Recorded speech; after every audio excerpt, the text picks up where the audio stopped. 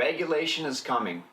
The Financial Action Task Force, the FATF, is cracking down on Binance and countries that aren't in compliance. Legislation is in the works to tax, regulate, and control the crypto market. What can you do to protect your crypto investments? And why are we seeing this pump right now with all the regulations that are coming down the pipe? That's what we're going to be talking about today. Best of Us Investors presents Jim Wells.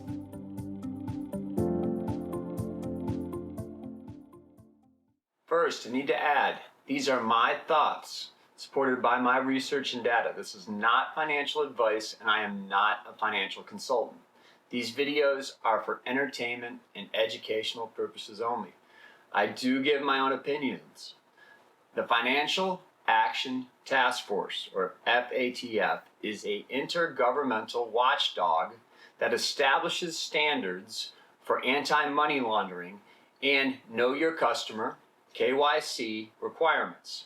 Has published a new draft or guidance for decentralized platforms. The FATF is trying to force the crypto industry, exchanges, and countries to comply with KYC regulations, know your customer laws. First, having a UID, which is a unique identification number, provide personal ID, proof of address, proof of insurance, and sale agreement or lease on a residence. So much for the dream of decentralization. What poses the biggest threats to the crypto industry?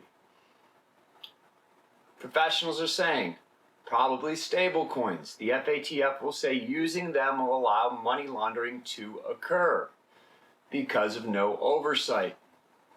Therefore, that's probably the first thing they're going to attack. After that, privacy coins will be moved off exchanges and be very difficult to get because of their inherent nature to not share information.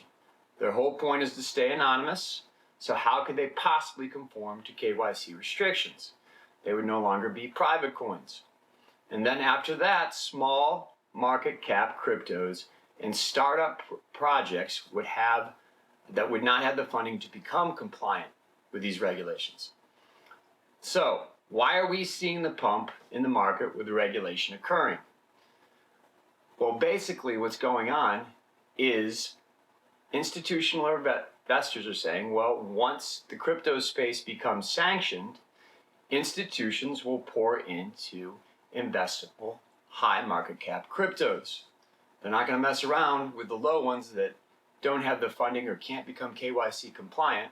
They're going to go after the ones that are proven with track records and have their functionality requirements. The safest plays if increased regulation does occur. Number one, obviously Bitcoin. It's the highest touted cryptocurrency. It's the one that it's in all the institutional investors' portfolios right now. It is the biggest store of value as far as finite supply, and it is an inflation hedge. I literally just got done listening to a podcast with Raul Paul, and he believes that Ethereum is going to moon. It is going to rocket.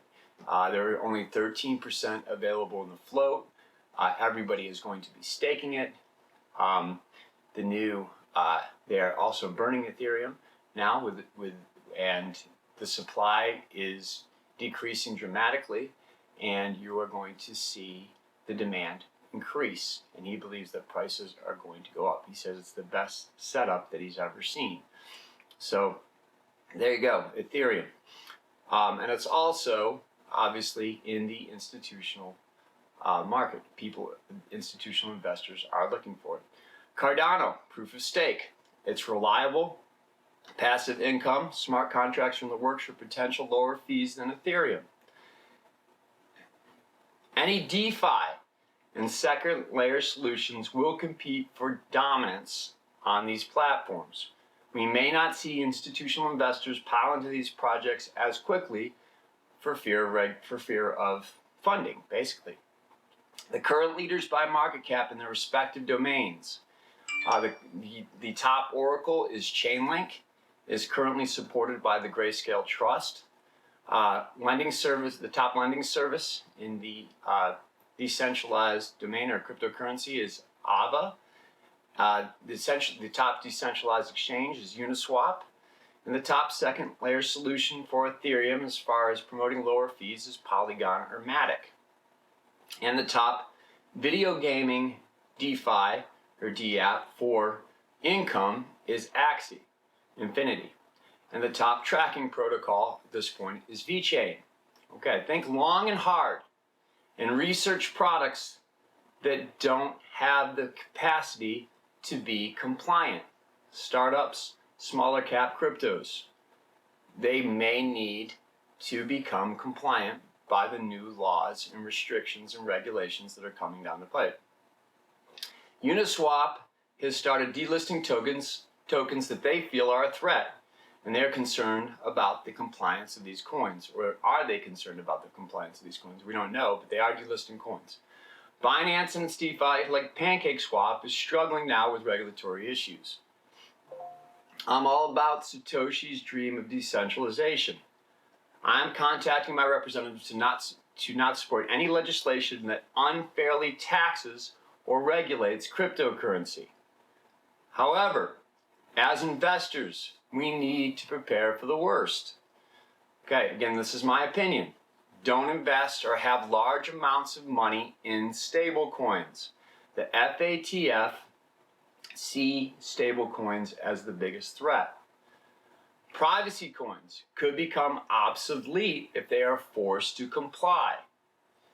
Your Moneros and so forth. I still believe, because of the scarcity, acceptance, and the amount of institutional investors that are in the space, Bitcoin is our safest option. In addition, it is Grayscale's biggest holding. With that being said, I also have large amounts of my holdings in Ethereum and Cardano. I believe these two are the future of digital smart contracts and will grow together, akin to an Apple and a Microsoft. I'm using Grayscale as my model. This is the easiest way for institutional investors to get exposure. Okay, Kathy Wood and her ARK fund works through Grayscale. Okay, Ethereum, as do other institutions. Ethereum is number 2, and Cardano is a distant third. You can see my studio moved into the main part of the house, so I'm going to get a visitor now and then. So it's our cat, Izzy. As of July 1st, 2021, each share of GDLC basket is comprised, which is the greater scale for their greater fund in Grayscale Trust, the larger fund. Basket is comprised of 67.47% Bitcoin, 25% Ether, and 4.26% Cardano. And the remaining 2.88 is a mix of Bitcoin Cash, Litecoin, and Chainlink. The riskier play that I feel that are still investable are the higher market cap DeFi and second layer solutions that are supported by Ethereum. Back on April 6, 2021, Grayscale pulled off a similar strategy of selling off existing components to include Link, which currently comprises 0.86% of the portfolio, signaling a rising interest in the Ethereum ecosystem. Chainlink is my distant 4th largest holding. I believe the fact that it is supported by Grayscale's Trust, gives it a little more security than the other DeFi.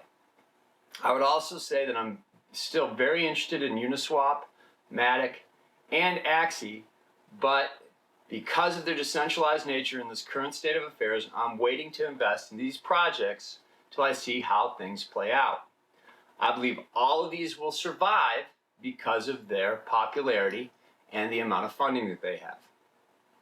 Again, these are my opinions. Please do your own research.